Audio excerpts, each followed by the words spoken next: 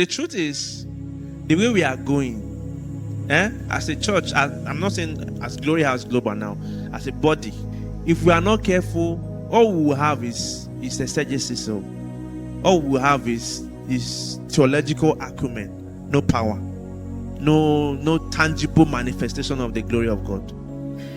You know why? God will not sit on a table where there's dishonor. He's the one that created it as a system of order.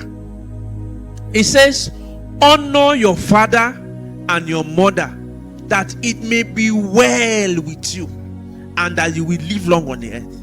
Of all the commandments, this one holds a weight of condition that if you're able to honor your parents, it's going to be well with you and you will live long. Honor. God is big on the subject of honor. But sadly, in the generation we live in, maybe because of the invention of media, where some people can even have accounts where they are not showcasing their real identity. But whether you are revealing your identity or not, heaven knows, hell also knows. And then people come on the media space, insulting churches, insulting men of God without any feeling of no respect, no honor, no regard. It's wrong. Now we can understand if this is coming from outside, people who are not believers, all right? Because they don't know God. And that is one of the ways they show their resentment against the God that you believe in. Understandable. But what of the people who are in church? How do you say that you are a believer and you can open your mouth to insult somebody who can be your grandfather? See, all these pastors, they are thieves. God. Hallelujah. And when you are not saying that, you still use that mouth to go and pray again. When you dishonor a true servant of God, it is not him you are dishonoring, no. It is his God. Hallelujah. Yes, because a servant of God is an ambassador of God. It's a representative of God. How do we come to that point where we just despise the ministers of God, talk against churches anyhow? Business center, go and open your own business center and let's see how profitable it's going to be. I can't think of any job that requires the kind of sacrifice that ministry does. I can't think of any. And the risk is a risk. You are risking your life practically. Dr. Paul Enenche said, when he started ministry, the mother said that even if they choose to buy mineral and go around and share to people, they don't even, how are they sure that people will come to church? But this is somebody that studied medicine. I think his in-law wanted to sponsor himself and a wife abroad or so to go and practice medicine there. He turned all of that down to start church. Such a person, you now say he's doing it because of money. How? If it was money, he would have faced his medical profession. A church will build a big auditorium to move from a smaller one. They'll say they are expanding the business. They don't know the sacrifices that these people make. When you see those big auditoriums that they are building, go and check how much the lead pastors are investing into that project. Dr. Paul said they had to shut down an account. The account was huge that the bank said, please wait, let us enter the new month. We want the record of this money to show in our report. The auditorium that they will not know whether people will come home. Will you go and have they forced you to go to church before? No, he doesn't know. He just believes that God will make it happen. And pastors don't just live on tithe and offering. No. Pastors don't live on tithe and offering. No. A lot of pastors have big businesses. One pastor came online. One guy, commented on that one of his posts that he should go and walk. So the guy came online and made a video and said he's a graduate of petroleum engineering or so, and he worked with so company. He put a picture, said this is his hotel. That he is a co-owner of one other company like that. Some people came under the comment section to say, well, you don't need to answer. I said, answer. If for anything, these things can become hindrances to receiving. Our fathers knew the way of honor. They grew like that. They were taught like that. So why they don't have all of the interpretation of scriptures that we have today, they have results.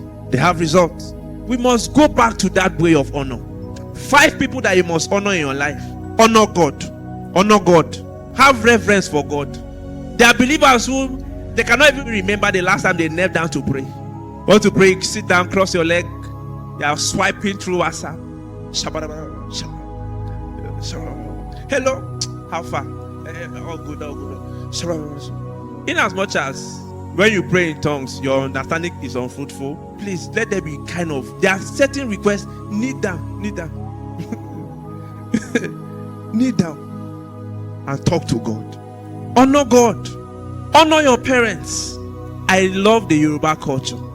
I went somewhere to minister recently, and my pastor friend, his son, he came to greet us, myself and Mr. Gideon. And the guy just prostrated. I started feeling somehow. Why would you lie down for a man? But it's a way that they communicate honor. In my own place, we don't greet like that. But I like that thing that Yoruba people, I love it. I love it. When we got married, my wife and I traveled home to meet. She will come and greet my mom. She will kneel down like this. Our ladies, they don't do that. I know that my mom, her heart will be full of joy. See, respect. So either by doing like this or anyhow that your culture is, but because honor first of all is a posture of the heart. Because the person can be doing like this inside his heart, is standing like an Iroko trio. Honor your parents. Honor your parents. Don't be a child that can talk to his parents anyhow. No. Don't insult your parents. Don't dishonor them because of money. Don't dishonor them because of age. Honor your pastor. As a pastor, I also have pastors. Yes. That I have great regard for. Some of them, when they call me, it's difficult for me to sit down and pick the call. Not because it just happens by impulse. It is a grace that you honor that you can receive from. It is a grace that you honor that you can receive from. Not necessarily because maybe the pastor may not want to be a blessing to you. No. It is God that controls it. So why you might have sat down somewhere, lashed the pastor very well. He's not there. He didn't see what you did. And then he comes, he's praying for you. God is there. I remember. And like I've taught us, we are interconnected. The grace of God flows within the body. No man is sufficient by himself. Don't shut the way through which God have desired that, okay, I want to bless you through this person. And then because of honor, you shut that door spiritually. Honor your superiors at work. Honor your boss. Honor your boss. I've always told us, don't join the gang of those that talk ill about your boss. Don't join that company. In every organization is likely to have those kind of people. Then many times they will have a cheerleader. The one that everybody is comfortable to go and discuss the boss with. Don't join that gang. Go. Don't be the leader. Don't be a member. Because one day somebody from that group will want favor with the boss. You go and tell him, look at what these people are saying. And then you be in that organization year after year, they are promoting people, you are not getting promotion. You are wondering, God, what did I do? No, it's a seed of dishonor that was sown somewhere.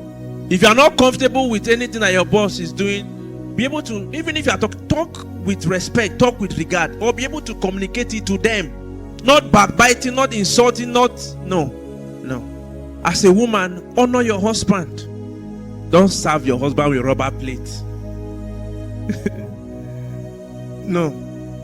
When you have guests, you carry special plate and no. Hallelujah. Honor.